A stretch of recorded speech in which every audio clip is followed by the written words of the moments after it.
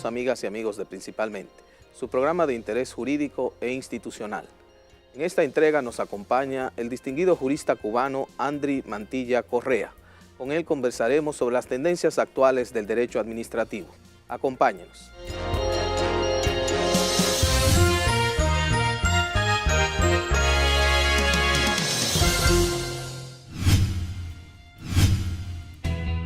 Desde el 1989, Seaboard se convierte en la primera generadora privada de energía de República Dominicana. En el 2012, reemplaza sus unidades de generación por la unidad Estrella del Mar 2, que opera con gas natural como combustible, armonizando con el medio ambiente y poniéndose a la vanguardia en la producción de energía limpia. Seaboard, comprometidos con la satisfacción de sus clientes, el desarrollo nacional y el medio ambiente. Aprender a leer y escribir no solo le ayudará a abrir su mente al mundo, también abrirá el mundo para usted. La alfabetización permite ampliar los conocimientos, aumentar las oportunidades de conseguir empleo y mejorar su salario y su vida. Participe de otro gran cambio en nuestro país.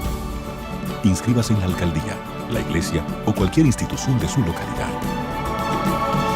Gobierno de la República Dominicana. Hora de hacer lo que nunca se ha hecho.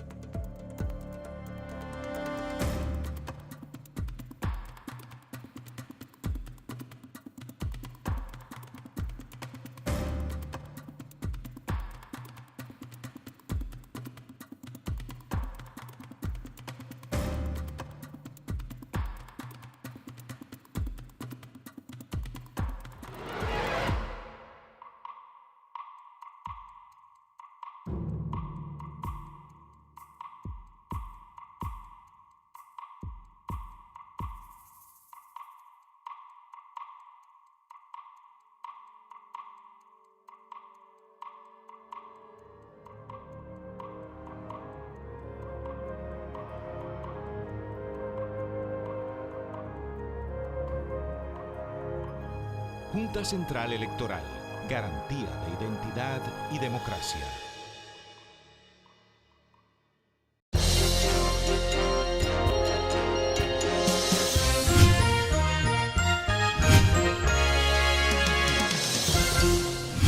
Saludos amigos de Principalmente. Hoy tenemos la grata presencia del distinguido jurista cubano latinoamericano, Andry Mantilla Correa. Es un jurista que se ha destacado en una de las materias del derecho que ahora mismo ha tomado una gran actualidad y que es fundamental en el desenvolvimiento de la vida cotidiana, diríamos, de todos los ciudadanos con relación al Estado. El derecho administrativo se ha venido consolidando en todos los países, fundamentalmente en los estados que, como el nuestro, se proclaman como Estado social democrático de derecho. El doctor Mantilla Correa es profesor universitario de esta materia en la Universidad de La Habana, pero además se ha destacado como un gran conferencista, con participación, diríamos que casi en todos los países iberoamericanos sobre la materia. Ha desarrollado toda una labor investigativa de esta materia y sobre todo de la historia del derecho administrativo, que diríamos que loable, reconocida internacionalmente. Con el doctor Mantilla Correa vamos a tratar sobre esos aspectos tan interesantes del derecho administrativo y que yo sé que son de la inquietud de la mayoría de los ciudadanos, pero fundamentalmente de los abogados y de los estudiantes de derecho. Andry, La verdad que de nuevo es un verdadero placer contar con tu presencia aquí en República Dominicana y fundamentalmente aquí en tu programa principalmente. Yo realmente agradezco mucho la nueva invitación, he disfrutado cada vez que he estado aquí, realmente para mí yo creo que el honrado soy yo en estar acá. Mira, Andri, hemos visto y nos hemos enterado a través de diferentes medios de la labor que tú vienes desarrollando, fundamentalmente una labor de recopilación histórica del derecho administrativo. Tú hiciste últimamente un estudio de las obras de dos de los más grandes administrativistas o publicistas, publicistas que se hayan conocido de origen francés, el profesor De Witt y el profesor Harry. ¿En qué consiste esa labor, ese trabajo que tú has desarrollado con relación a la obra desplegada por esos grandes jurisconsultos franceses? Las obras son el resultado de un interés mayor, de alguna manera revisar la historia del derecho administrativo y revisar también la historia del derecho público. La obra de Duguy se ideó en el 2009 cuando se estaban cumpliendo los 150 años de su natalicio. Incluso varias universidades del mundo celebraron ese acontecimiento y reciente, o sea, es más reciente la obra que le dedicamos a Maurice Horiot.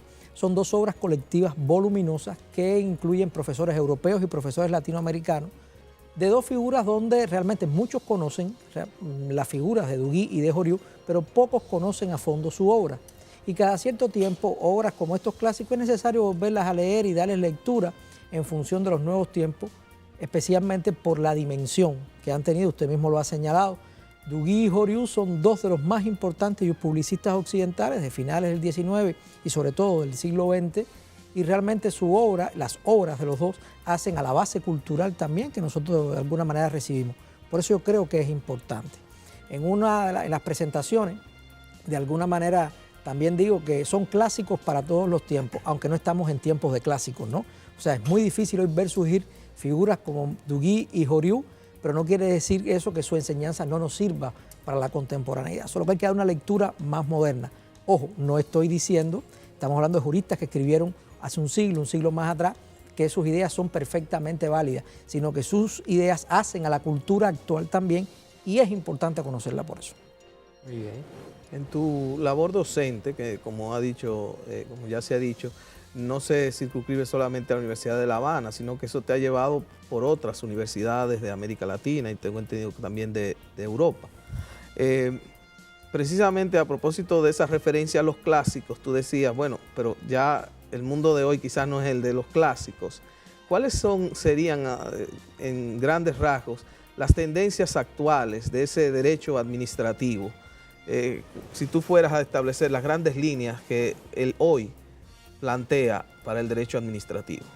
Ciertamente el derecho administrativo ha sido una de las ramas que más ha evolucionado en los últimos tiempos. A una velocidad increíble, también se ha visto influida por el desarrollo de otros subsistemas que han aparecido, como el derecho ambiental, como el derecho urbanístico, que tienen mucha relación con el derecho administrativo, pero también marcan espacios objetivos con cierta identidad. Yo creo que quizás el principal giro que ha tenido el derecho administrativo de los últimos años, de las últimas décadas, sobre todo de la posguerra, está centrado en nuevas maneras de ver la relación del ciudadano con la administración pública. La centralidad del hombre, del ciudadano, la importancia de los derechos fundamentales en esa relación, yo creo que ha marcado una nueva etapa. Esto se lo debemos al constitucionalismo europeo, pero también a las aportaciones que desde América Latina se han hecho en este sentido. Yo creo que eso ha marcado, ha dejado de ser un derecho administrativo no solo preocupado por sujetar a la administración pública como se preocupó en el siglo XIX. No es solo ya un derecho administrativo preocupado por los fines de la administración, como respondía a finales del XIX y principios del XX, sino sobre todas las cosas es un derecho que está preocupado en cómo se relaciona la administración con el ciudadano y en cómo gestiona ese interés público del que ella pues tiene como misión teleológica, en definitiva, funcionar. Y yo creo que eso ha marcado y eso realmente ha señalizado el camino del derecho administrativo más actual. Ha dejado de ser un derecho administrativo de imposición, un derecho administrativo donde esencialmente la administración se imponía al ciudadano para ser un derecho administrativo donde la administración se concilia con el ciudadano, dialoga con el ciudadano, donde el ciudadano participa en la función administrativa, ha sido también una manera de dejar de ver la función administrativa solo como un monopolio del Estado, porque los espacios de participación ciudadana en el ejercicio de la función administrativa hacen también a la esencia de esta función. Por lo tanto, yo creo que es un derecho administrativo donde cada vez se está preocupando más por la calidad del ejercicio del poder administrativo, donde el ciudadano no es un mero destinatario, sino que es un factor esencial. Y a mí me gusta también enseñar en clase que no es solo el ciudadano, es la comunidad. Hay que recordar que el derecho administrativo es un derecho que tiene en la gestión de los intereses generales, de los intereses colectivos, los intereses comunes, pues un elemento de determinación esencial, existencial. Por lo tanto, no es solo el ciudadano, no es solo el individuo, sino es la vida en colectivo también lo que marca mucho del derecho administrativo que hemos heredado nuestros pueblos latinoamericanos en esa visión continental originariamente. Pero creo que es un derecho además que se está abriendo a todas estas áreas de globalización, la influencia de mecanismos, la influencia del sistema. El son de la globalización ha tocado fuerte y ha obligado a que el ritmo también del derecho administrativo se vaya cada vez más adecuando a esas notas. Y yo creo que se convierte en un derecho mucho más plural, un derecho en técnicas, en fines, en estratos, se convierte en un derecho más plural, más complejo, más diverso, con un nivel y un ritmo galopante de transformaciones, porque la vida cada vez más, la vida pública, la vida administrativa, la vida en colectivo cada vez va más apurada en el ritmo de esas transformaciones. Yo creo que por ahí van las ideas esenciales del derecho administrativo más actual. Y creo que se nos abren muchas puertas interesantes en ese sentido, o sea, en el sentido de la evolución. ¿A quién se le debe, a tu juicio, diríamos, ánimo renovador, este ánimo de actualización conforme a los intereses ciudadanos que se procuran a través de la protección del derecho moderno, del derecho administrativo, del neoconstitucionalismo que se llama? Y yo veo también la necesidad de preguntarte junto con eso, bueno, si a alguien se le debe, es o a la academia, o al Estado mismo, o se ha vencido la resistencia del propio Estado que tradicionalmente, en sentido general, ha pervivido en un espacio de arbitrariedad modulada, en algunos casos no tan modulada, se producen efectos.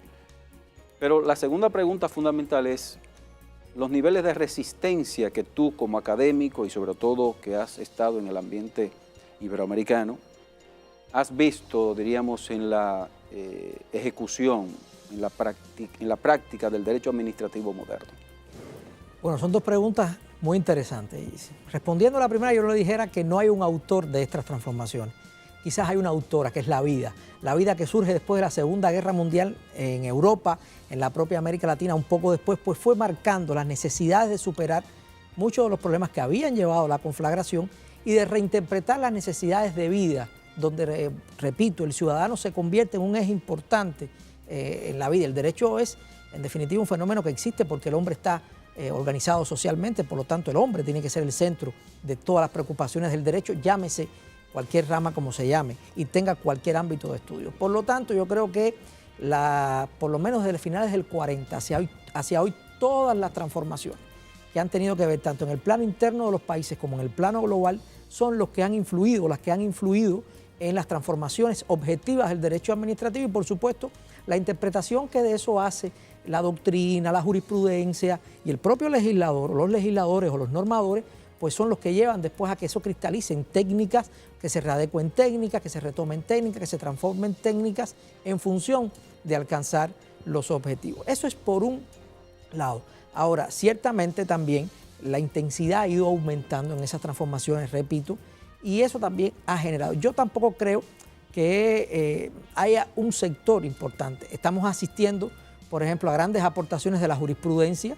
Eso no es nuevo para el derecho administrativo. El derecho administrativo francés se levantó sobre las decisiones del Consejo de Estado francés, que es el órgano jurisdiccional en ese país por excelencia. Y yo creo que cada vez puede haber más un diálogo. Yo creo que en estos momentos hay un diálogo un poco más compartido entre teoría, ciencia, doctrina, jurisprudencia y legislación, donde de alguna manera se nutren unos en ese círculo que es necesario para generar los instrumentos de construir el derecho. Resistencia siempre hay, porque el derecho administrativo es un instrumento, y esto es importante, como todo el derecho, es un instrumento, no es un fin en sí mismo, para ordenar. ordenar la vida y dentro de la vida ordenar el ejercicio del poder público. Por lo tanto, el ejercicio del poder público tiene que ordenarse. Curiosamente, jueces son elementos del poder, legisladores son elementos del poder. Quizás las doctrinas no tanto, pero también la doctrina puede ser elemento al servicio del poder, y que el poder de alguna manera se norme y se limite a sí mismo siempre es complejo y siempre habrá resistencia. Yo creo que la resistencia viene no por malas intenciones quizá, aunque las malas intenciones nunca faltan, sino por falta de perspectiva de lo que realmente es importante y esencial a la vida, y las coyunturalidades, no mirar a las esencias de los fenómenos. Y esto no creo que pueda convertirse en un discurso de catecismo social, pero creo que sí es muy importante que se entienda eso. El derecho tiene que servir, y así el derecho administrativo, para ordenar la vida. Y el derecho administrativo tiene que servir para ordenar ese sector de la vida que nos enmarque el funcionamiento administrativo. Y toda resistencia que exista aún para entender que eso tiene que ordenarse para realizar plenamente al ciudadano y para realizar plenamente a la comunidad es una resistencia oportunista y descontextualizada. Y por supuesto una resistencia que no genera desarrollo, sino que genera freno. Hacia eso hay que irlo venciendo, pero yo creo que el elemento fundamental es cultura. En la medida en que ganemos en cultura, pues podremos entender dónde están esas falencias y por qué la resistencia y qué origina esa resistencia. Me parece que eso son ideas al vuelo así bastante esenciales en esta cuestión. Andri, hemos visto que se ha venido desarrollando una cultura del derecho administrativo global. Ya hay profesores, incluso renombrados como Barnes, que han desarrollado tesis sobre la incidencia del derecho administrativo global en los diferentes ámbitos y sistemas jurídicos contemporáneos. ¿Cuál ha sido, desde tu perspectiva, el desarrollo que ha venido experimentando el derecho administrativo global y obviamente el impacto que el mismo va teniendo en los órdenes jurídicos, en los ordenamientos jurídicos internos? Eso no es un fenómeno tan nuevo. O sea, ya los autores, los antiguos autores clásicos de principios del 20, pues hablaban de fenómenos como el derecho administrativo internacional o el derecho internacional administrativo. Son dos cosas totalmente distintas, pero cuando se hablaba del derecho administrativo internacional es ese que trascendía a los estados y se refería precisamente a fenómenos de administración desde una visión más global. El derecho administrativo global como nomenclatura es relativamente nueva, tiene que ver con esta escuela norteamericana de New York, sobre todas las cosas, donde se impone el nombre, a eso se incorporan corrientes europeas y latinoamericanas, y ciertamente se está imponiendo como visión porque uno de los impactos que está teniendo es que ya hoy la visión del derecho administrativo no es una visión de derecho interno solamente. Cuando usted leía las viejas definiciones de derecho administrativo, hacían hincapié en que era derecho público interno. Hoy ya no se puede hablar solo de derecho público interno, y el catalizador de todo esto ha sido el fenómeno de la globalización, esa mundialización galopante de las relaciones, la trascendencia de las fronteras ya en las relaciones jurídicas, la necesidad de organizar marcos de relación que trascienden y que la perspectiva es mucho más global, pues dan origen a las necesidades del derecho administrativo.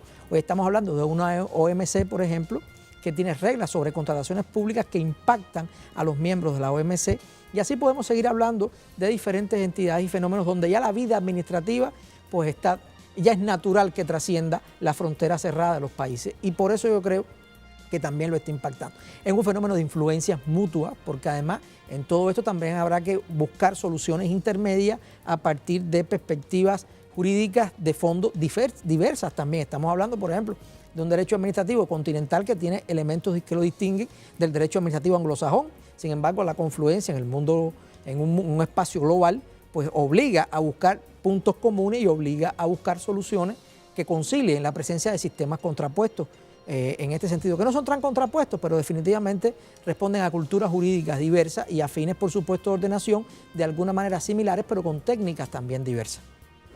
Volviendo a algunas nociones, digamos, clásicas, cuando tú en las primeras respuestas hacías y luego hacías referencia a nociones como el interés general o el interés público. Estas son nociones que han ido evolucionando también en el derecho administrativo. ¿Cuál es la situación actual de eso? ¿Se mantienen las ideas tradicionales del interés público? ¿O se podría decir que hoy en día esa misma centralidad del individuo, esa sujeción del Estado y de la administración al derecho y a los derechos fundamentales como límite han transformado esa noción?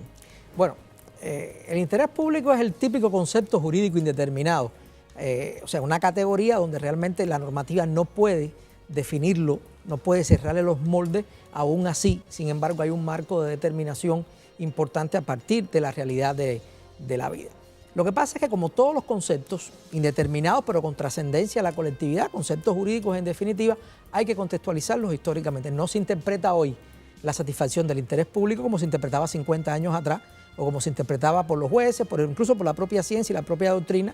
Eso responde a los sectores que, cómo ven la vida, quién maneja el interés, la interpretación, la determinación del interés público, el propio tribunal, el propio legislador, hasta el propio abogado a la hora de hacer valer un interés frente a una petición o en una demanda contra la administración que tenga que ver directamente con eso. El interés público no es un concepto. Lo que sí queda claro que el interés no es el interés ni de un individuo ni de un grupo de individuos. O sea, sino trasciende las individualidades para reflejar esas individualidades, pero proyectar un elemento superior. Es un concepto difícil de llegar. Solo quizás en el caso concreto es donde puede manejarse para convocarse en los demás espacios. Lo que reitero, en el interés general no es solo el interés del ciudadano, es también el interés de la comunidad, porque de lo contrario deja de ser general, porque el interés de uno o de alguno no es el de todos. Y cuando estamos hablando de general es porque trasciende esas individualidades. Por lo menos a mí me gusta darle esa interpretación, pero reitero, son conceptos que han hecho la esencia del derecho administrativo porque existe un interés general, es que existe el derecho administrativo, de lo contrario buscáramos la técnica del derecho civil, que también sirve de alguna manera a los intereses generales, pero por otra vía. Y reitero, es uno de esos conceptos difíciles, que uno responde a ellos más por convicción que por conciencia de explicación, ¿no? En clase, cada vez que yo trato de que un alumno me explique eso, pues llega un momento donde él se queda y le digo, casi como que tiene ganas de morderme, ¿no? Le digo, ahí está llegando a entender qué cosa es el interés general. Usted lo siente, pero no puede explicarlo, creo que va por el buen camino. O sea, es la idea, ¿no? Mira, yo creo que este programa tiene que, primero, sentirse orgulloso de tu presencia, lo he dicho Radamés, por la claridad expositiva y por la formación que tienes. Porque muchas veces muchos de los juristas son complicados a la hora de poder exponer con la suficiente claridad y más que todo a un público amplio como el de este programa. Y yo quiero felicitarte antes de terminar incluso el programa, y escuchando tus respuestas anteriores, me anima a preguntarte, el Estado de Derecho, que ha sido objeto de reflexión por muchos, y en particular he estado trabajando mucho el tema, tiene connotaciones totalmente diferentes o tiene particularismos según el espacio donde se interpreta el Estado de Derecho. ¿Cómo se engarza, diríamos, esta corriente del derecho administrativo actual en un Estado de Derecho que tiene diferencias sutiles en algunos casos o diferencias muy notables en otros?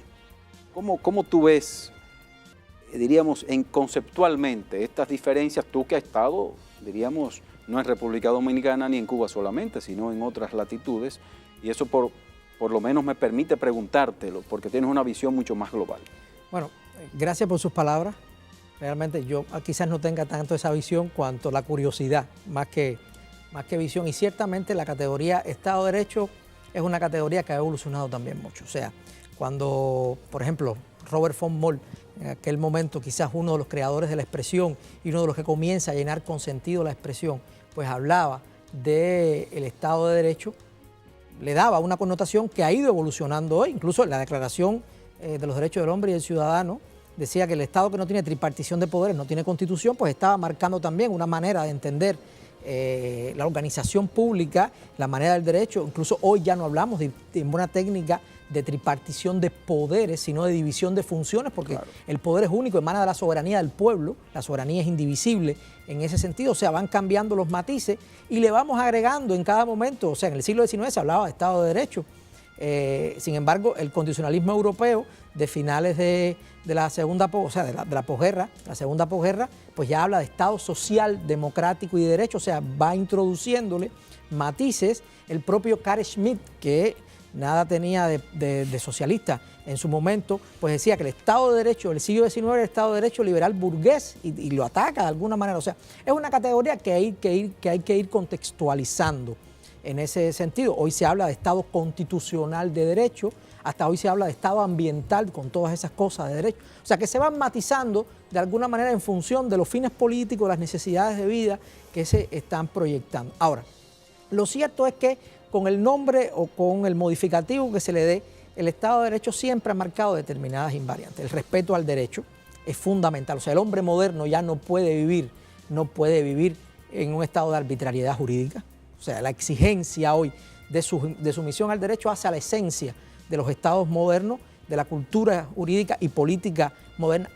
Que se logre más o se logre menos, bueno, todavía no conozco estado perfecto en ese sentido. La necesidad de tener un poder organizado, un poder donde el ciudadano pues sepa colocarse en su condición y respeto a la dignidad humana, pero donde el poder también sea un espacio de realización de la condición humana. O sea, ese equilibrio necesario que nunca se logra, pero yo creo que por ahí van las claves. Cada país, cada comunidad política, cada intereses políticos de turno o más establecidos, pues interpreta cómo debe ser eso. Yo creo que el Estado de Derecho es una de esas categorías que han usado tirios y troyanos para justificarse, es como la justicia, como la libertad. O sea, son esas categorías donde el discurso es necesario para responderlo, pero yo creo que mientras las comunidades vayan funcionando cada vez con mayores estándares de justicia, estamos hablando de estados de derecho. Andri, vamos a hacer una breve pausa para en el próximo segmento seguir abordando otros temas de sumo interés y que tú manejas de manera magistral.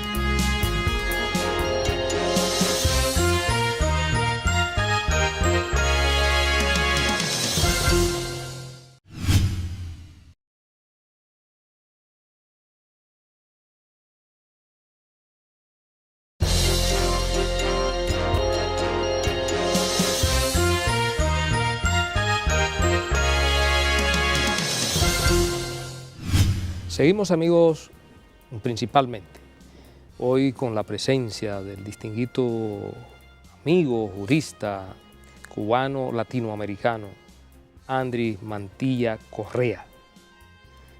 Andry, tú al principio de nuestra conversación te referías a una rama del derecho administrativo que para mí tiene una importancia trascendental. Y tú te referías que el derecho administrativo está incidiendo de manera determinante en diferentes aspectos. Te refería al aspecto ambiental. De manera que se viene desarrollando, si se quiere, una subrama del derecho administrativo que se pudiera llamar derecho administrativo ambiental. El derecho ambiental en los últimos años ha venido adquiriendo todo un empuje a nivel internacional, sobre todo con los grandes foros internacionales, la Cumbre de la Tierra, el Protocolo de Kioto y otras cumbres impulsadas sobre todo por Naciones Unidas, que tiene que ver básicamente con la preservación, conservación y rehabilitación de los recursos naturales, que evidentemente se está produciendo un daño terrible que han provocado cambios significativos. Incluso se habla del cambio climático, que puede afectar en un momento determinado a toda la población, a toda la humanidad, y que lo está afectando. Entonces, desde tu punto de vista, ¿cómo puede el derecho ambiental, y en este caso el derecho ambiental administrativo, incidir y sobre todo en crear esa responsabilidad del Estado y también del ciudadano tendente a normativizar todo lo que tiene que ver con los aspectos tan importantes para la coexistencia y sobre todo para la supervivencia de la humanidad, como por ejemplo lo que tiene que ver con la contaminación ambiental, contaminación sónica, la depredación de los recursos naturales, la deforestación, que también incide de manera determinante la deforestación en el agotamiento de las fuentes acuíferas de los diferentes países. Y se habla que las guerras en unos cuantos años ya no serán por el oro, por el petróleo, sino será por el agua. ¿Cómo tú crees que puede incidir el derecho ambiental y más que todo el derecho administrativo ambiental en todo lo que tiene que ver con el impacto y sobre todo la regulación para normativizar y regular cosas tan importantes que tienen que ver con la supervivencia de la especie humana? Bueno, ciertamente el ambiente, las cuestiones ambientales hoy son un problema que hay que, yo diría que no resolver, porque no creo que se vayan a resolver de una vez, sino que de alguna manera hay que actuar para ir previendo. Aquí es interesante ver, el derecho ambiental y el derecho administrativo son dos espacios diferentes que han ganado identidad. Y el derecho administrativo ambiental, que algunos le llaman, o el derecho ambiental administrativo, pero más administrativo que ambiental, es ese espacio de confluencia entre dos ramas distintas. Porque si bien es cierto que el derecho ambiental comienza desde visiones administrativas, también es cierto que el derecho ambiental es mucho más hoy que derecho administrativo, hay derecho internacional, hay muchas cuestiones que lo hacen tener un espacio de sustantividad. Y las técnicas jurídicas que se han cada vez más recalando con identidad dentro del derecho administrativo, dentro del derecho ambiental, pues también han influido sobre el derecho administrativo. Ahora, hay un principio. El desarrollo humano por principio, es agresivo al medio ambiente. O sea, no hay desarrollo social y desarrollo humano si no hay menoscabo del ambiente. Eso está claro, hay que verlo nada más, los países más desarrollados. Segundo, los problemas ambientales no son problemas de un país. O sea, el calentamiento global no afecta a un país y al resto no, sino que es una cuestión que nos afecta a todos, por eso se llama calentamiento global. Las lluvias ácidas no son cuestiones solo para un lugar, la sequía, etc. Ahora, yo creo que el gran reto en este sentido es la contención. O sea, ser previsores y contener. O sea, que el derecho tiene que jugar, ya sea el derecho ambiental, el derecho administrativo, u otras ramas que también tienen que ver, estamos hablando del derecho constitucional, estamos hablando del derecho internacional, pues llamar dos cosas, a mayores responsabilidad, y cuando estoy hablando de responsabilidad no es solo típicamente jurídica, es decir, responder por una lesión o riesgo o por una lesión generada, por un daño causado, sino la idea de tener conciencia de cómo se proyecta la acción humana sobre el medio ambiente. Hay un rol que es educativo, hay un rol que es preventivo. El derecho ambiental tiene que ser esencialmente preventivo. Las acciones administrativas relacionadas con el medio ambiente tienen que ser esencialmente preventivas. Hay que evitar los daños ambientales en la medida en que se pueda, o los niveles de daños ambientales. No vale la pena después restituir o responder por el daño ocasionado, porque casi siempre la respuesta no borra de una vez los efectos de ese daño causado. Por lo tanto, hay un elemento que es de conciencia. Yo pienso que ahí está la clave, o sea, el derecho ambiental, el derecho administrativo ambiental, el derecho administrativo en la dimensión ambiental, en definitiva, tiene que ser y tiene que servir a la precaución, tiene que servir a la contención, tiene que servir a manifestar de la menor manera posible los daños que se le puedan ocasionar al medio ambiente. O sea, no hay desarrollo sin daños al medio ambiente.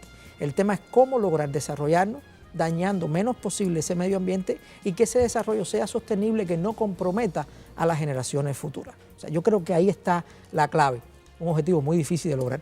No es un objetivo donde hay una única fórmula, donde hay unas pocas fórmulas. Yo diría que ni siquiera hay muchas fórmulas, simplemente es la acción diaria de ahora en adelante y de mucho tiempo hacia adelante, pero que definitivamente tenemos que entender que realmente la vida, la supervivencia de la especie, en definitiva, pues es un elemento esencial que el derecho tiene que tributar también a sostener. Y en esto el derecho ambiental también ha tenido visiones muy interesantes sobre otras ramas, porque mientras estamos hablando con el derecho, en muchas ramas del derecho, el hombre es el centro. En el derecho ambiental no es solo el hombre el centro de protección. O sea, el hombre es un elemento más de esa vida, pero estamos hablando del medio ambiente como conjunto, como espacio donde confluyen muchos elementos de vida, y por lo tanto el hombre es un elemento más y el elemento más responsable de preservarlo, pero no el único elemento a preservar en ese sentido. No vale la pena, o sea, no es posible preservar al hombre sacrificando todo lo demás. Si se sacrifica lo demás, el hombre también se sacrifica.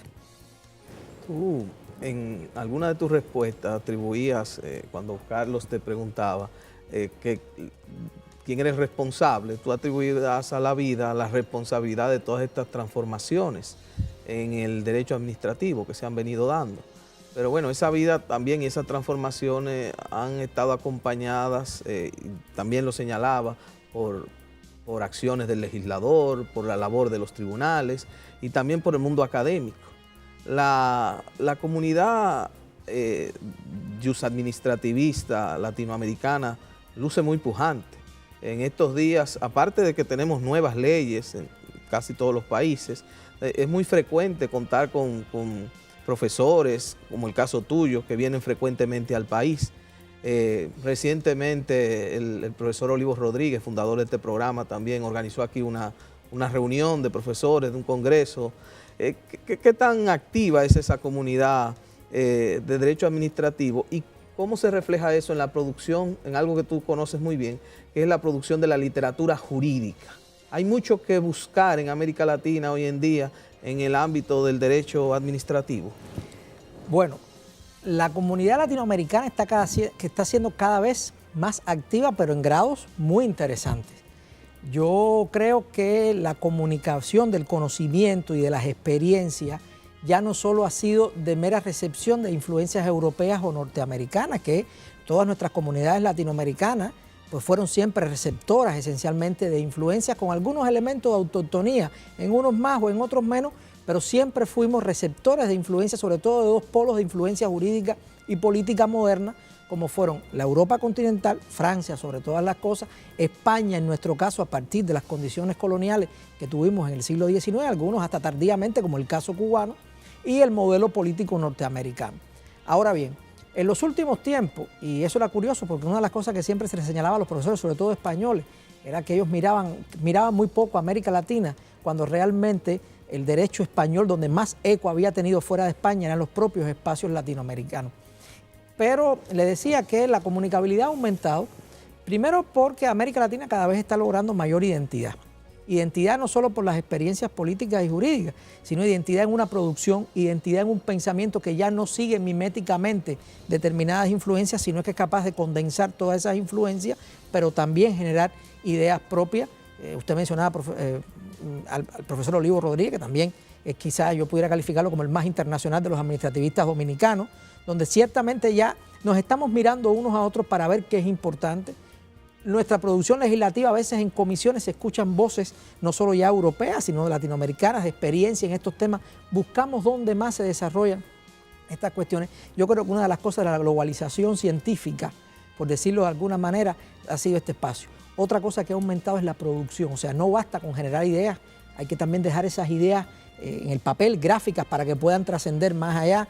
El rol de las tecnologías también está aumentando. Yo creo que este es un momento como nunca había tenido el derecho administrativo latinoamericano. Y eso se ha expresado también en asociaciones científicas y académicas. Hay más de 5 o 6 asociaciones a nivel iberoamericano, a nivel latinoamericano, incluso internacional, que condensan, son espacios de encuentro, espacios de reflexión. Y así como mismo vienen a República Dominicana, pues pasan por Cuba, pasan por la Argentina, es decir, pasan por la propia España. Hay una experiencia incluso de un doctorado iberoamericano ya en España, donde no es solo España generando cosas. Yo creo que esto ha marcado por lo menos un nivel para consolidar. Unos años atrás eran determinados países los que tenían consolidada el pensamiento. Brasil, Argentina, Colombia fueron potencias, Uruguay han sido potencias históricas en los últimos 70, 80 años en el derecho administrativo, pero nuevos espacios se están incorporando y se están abriendo. Yo diría que un elemento de curiosidad es esto, que un cubano esté hablando de estas cosas así cuando hace 40 años casi esto no se pensaba, hace 15 no era posible pensar que Cuba hace parte del sistema también latinoamericano de derecho administrativo, y aunque con diferencias ideológicas como tenemos por las características socialistas de nuestro país, pero son muchas, siempre lo digo, son muchas más las cosas que nos acercan que las que nos separan en este sentido. Yo creo que esto es parte del movimiento de ideas y eso es fundamental, que se muevan las ideas. Mira, a mí me preocupa mucho el nivel de sanción de los funcionarios públicos, sobre todo relacionado con lo que venía ocurriendo antes. Es decir, antes el funcionario público, si bien tenía una sanción por efecto de una actuación desmedida conforme a la norma, en la medida en que ha ido avanzando el derecho administrativo también, se ha procurado que el funcionario público no solamente sufra, por ejemplo, una sanción de tipo de la cancelación, por ejemplo, de la revocación del mandato que se le haya dado, sino que también va a responder con su propio patrimonio. Es decir, la responsabilidad patrimonial traducida al ámbito del derecho administrativo. ¿Por qué me preocupa? Porque, si bien es cierto, tenemos una verdadera transformación, revolución del derecho administrativo, en términos globales, no solamente a nivel interno, no menos cierto es que la jurisdicción, parte del Estado, no siempre responde de la misma manera cuando se trata de la persecución del patrimonio particular de los funcionarios públicos. No estoy diciendo que hayan avances, pero de las falencias de las que tú hablabas al principio también se traducen en términos de lo que la jurisdicción debe marcar para frenar de alguna manera con la sanción a los funcionarios que actúen de manera desmedida en sus actuaciones ordinarias, porque eso implica evidentemente niveles de arbitrariedad, de abuso, que se traducen precisamente en una afectación de aquello que es la centralidad de la que tú hablabas, del ser humano, a final de cuentas, para lo cual nace el Estado y más que todo el Estado constitucional de derecho, que debe ser precisamente el freno frente a esas arbitrariedades, y la única forma que parece, una de las formas que parece más adecuada es con una sanción mucho más sonora, mucho más efectiva para el funcionario público. ¿Cuál es tu opinión en ese sentido? Bueno, el tema de las sanciones solo sería mirar un problema. Y si se busca resolver los problemas o evitar estas disfuncionalidades desde los funcionarios, aumentando los niveles de sanción, solo se está introduciendo una solución que tiende a la discapacidad. Yo creo que la solución tiene que ser tripartita. Primero tiene que haber una buena selección de ese funcionario. Muchos de nuestros países carecen de mecanismos adecuados de selección de funcionarios. O sea, muchos de nuestros países no hay la carrera administrativa, que no es estudiar en la universidad cada vez que explico eso, sino realmente hacer una vocación de servicio público que permita el ascenso por los verdaderos méritos al respecto. Hay otros sistemas más funcionales o menos funcionales, no es mi interés entrar a evaluarlo. Una segunda cuestión es la moralidad del funcionario público. O sea, si el funcionario actúa bien, actúa consciente, actúa adecuadamente, es muy difícil que pueda generar daños, o la tendencia a generar daños se limita. Y el tercer elemento es la sanción. Pero la sanción, como en definitiva nos enseñan que el derecho penal es de última ratio, o sea, la sanción es la solución de última ratio. Yo creo que cuando se llega a niveles de sanción o se llega al hecho en definitiva lesivo por falta de una adecuada actuación de un funcionario, pues han fallado varias cosas. Falla el control, hay que tener sistemas de control público adecuados en ese aspecto. Falla la propia moralidad y la preparación del funcionario a la hora de actuar. Ese es el primer elemento. La mente del funcionario tiene que ser el primer resorte para no llegar a la lesión en la actuación. Y bueno, también hay una cosa que es importante: los niveles de responsabilidad y las exigencias de responsabilidad patrimonial se han perfeccionado. Está bien que el Estado la administración responda patrimonialmente, pero hay un funcionario que consciente o inconscientemente violó el actuar jurídico y no puede ser el Estado que cargue con las consecuencias económicas. Hay que repetir después sobre el ciudadano, porque recuerde que la responsabilidad civil de alguna manera tiende a ser la repartición de las cargas. Entonces el principio de igualdad frente a las cargas públicas pues tiene que ver en alguna medida con esto. O sea, eso es un tema complejo, pero es un tema que hay que resolver. Andri, vamos a aprovechar para hacer una breve pausa y en el próximo segmento vamos a hablar de la visión en un Estado socialista como el Estado cubano y cómo funciona el derecho administrativo con relación, por ejemplo, a sociedades como la nuestra, sociedades capitalistas y donde se denomina Estado Social Democrático de Derecho.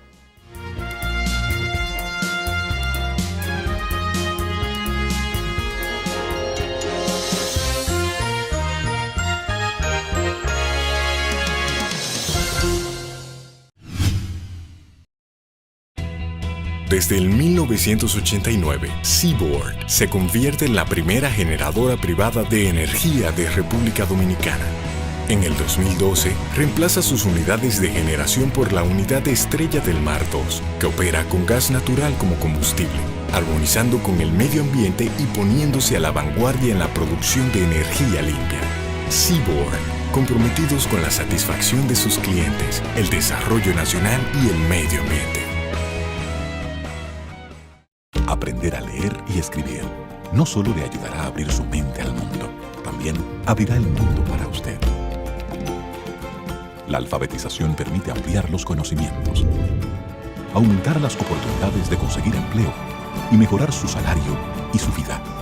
Participe de otro gran cambio en nuestro país. Inscríbase en la alcaldía, la iglesia o cualquier institución de su localidad. Gobierno de la República Dominicana. Hora de hacer lo que nunca se ha hecho.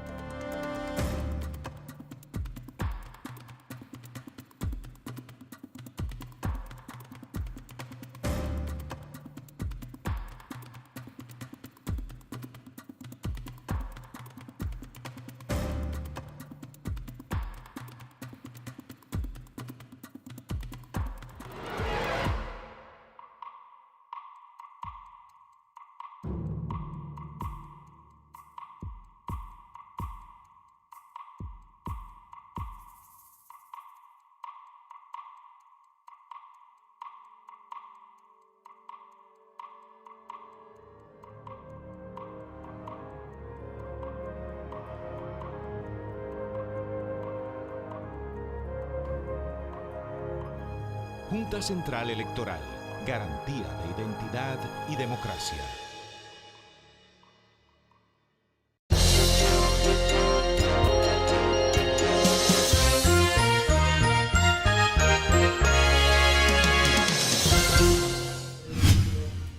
Seguimos, amigos, con Principalmente. En el segmento anterior, Andri, quedamos en que es bueno para los amigos televidentes, sobre todo un gran segmento de la población dominicana, estudiantes de derechos, abogados, se preguntarán, bueno, el profesor Matilla es cubano y es profesor de Derecho Administrativo. Se supone que hay una diferenciación en términos de lo que sería la aplicación del derecho administrativo en un Estado socialista como el Estado de Cuba y un Estado como el caso nuestro, República Dominicana, un Estado capitalista, si se le pudiera llamar, todavía un capitalismo tardío, República Dominicana. Pero bien, vamos a colocarlo como un Estado capitalista, donde hay libertad de empresa, donde aquí el Estado concesiona servicios públicos, por ejemplo, el servicio telefónico, el servicio incluso de electricidad, aunque es mixto, están los generadores privados y están las distribuidoras que ya la mayoría son, o todas, volvieron a ser propiedad del Estado, pero es un negocio mixto. Entonces, pero en el caso de tu país, un Estado socialista, donde de una u otra manera se ha ido también produciendo una apertura, ¿cómo el derecho administrativo allá incide en esa relación entre el Estado, el ciudadano y de una u otra manera ya se han ido, ha habido iniciativa privada, es decir, de empresas privadas, sobre todo en el ámbito turístico, que creo que ya hay mucha iniciativa privada allá en Cuba? Bueno, la experiencia en estos pocos años de profesor siempre me dice que cuando hablamos de derecho administrativo, como en muchas cosas, Cuba es un mito y Cuba también es una curiosidad, ¿no?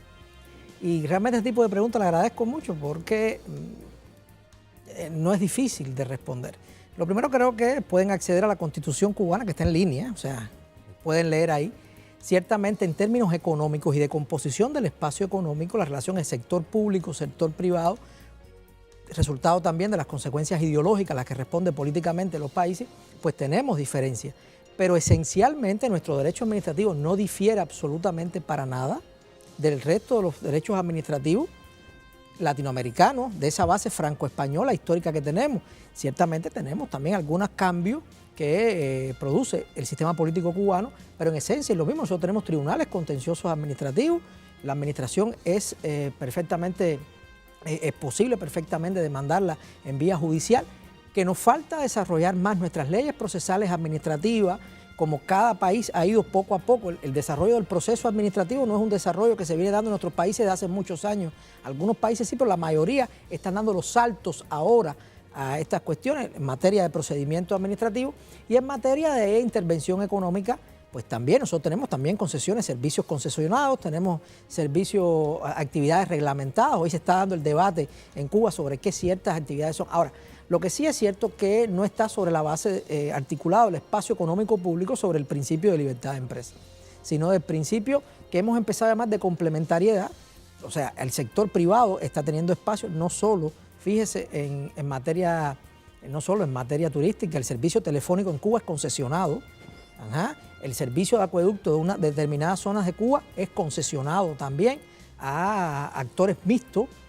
En ese sentido, tenemos concesiones mineras, pero no de ahora, ni de hace 5 años, las tenemos del año 92, comenzó este proceso de aparición o reaparición de la concesión administrativa como fenómeno. Lo cierto es que pues todavía la actividad pública sigue siendo el nervio central, el dominio público, o sea, los bienes públicos siguen siendo dentro del espacio económico, la acción directa del Estado en la economía, siguen marcando el desarrollo económico. Pero en esto creo que a veces hay que acercarse un poco más a la realidad para a ver si darse cuenta. O sea, no cambian las técnicas, lo que cambian es el balance de las técnicas. Y está claro que en un país con una visión socialista como la cubana, que todavía está intentando construir una visión propia, pues está buscando las soluciones desde esa percepción, porque si implicara, o sea, un discurso socialista con soluciones de otra manera, es un discurso vacío y hueco, es un socialismo de cartón, ¿no?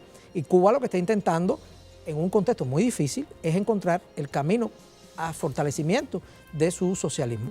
Y claro que sí, el matiz ideológico, la realidad política cubana, que tiene una realidad política propia en comparación con otros países de América Latina, justificada también históricamente. No se puede descontextualizar a los pueblos de su historia en ese sentido. A algunos les puede gustar más, a otros les puede gustar menos, pero es la solución del pueblo cubano hasta ahora.